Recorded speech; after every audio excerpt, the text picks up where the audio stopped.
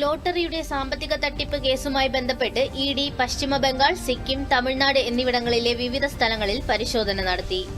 Lottery വ്യവസായി Santiago മാർട്ടിനും മറ്റുള്ളവർക്കുമെതിരെ 2012 register ചെയ്ത lottery അഴിമതി കേസാണ് ഏജൻസി അന്വേഷിക്കുന്നത്.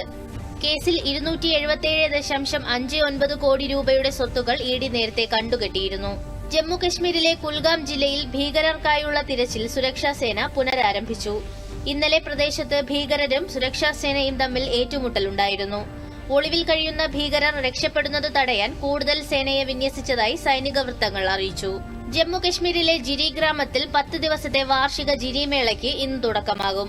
പ്രാദേശിക കരകൌശല വിദഗ്ധരെ പ്രോത്സാഹിപ്പിക്കുന്നതിനും പരമ്പരാഗത കലകൾ പരിപോഷിക്കുന്നതിനുമായുള്ള ഒരു വേദിയാണ് ജിരി മേള. പ്രാദേശിക വിപണനത്തിനു പുറമെ ജമ്മുവിന്റെ സാംസ്കാരിക പൈതൃകം പ്രദർശിപ്പിക്കുന്നതിനും മേള വഴിയൊരുക്കും. ഏകദേശം 20 ലക്ഷം സന്ദർശകർ പങ്കെടുക്കുമെന്നാണ് വിലയിരുത്തൽ.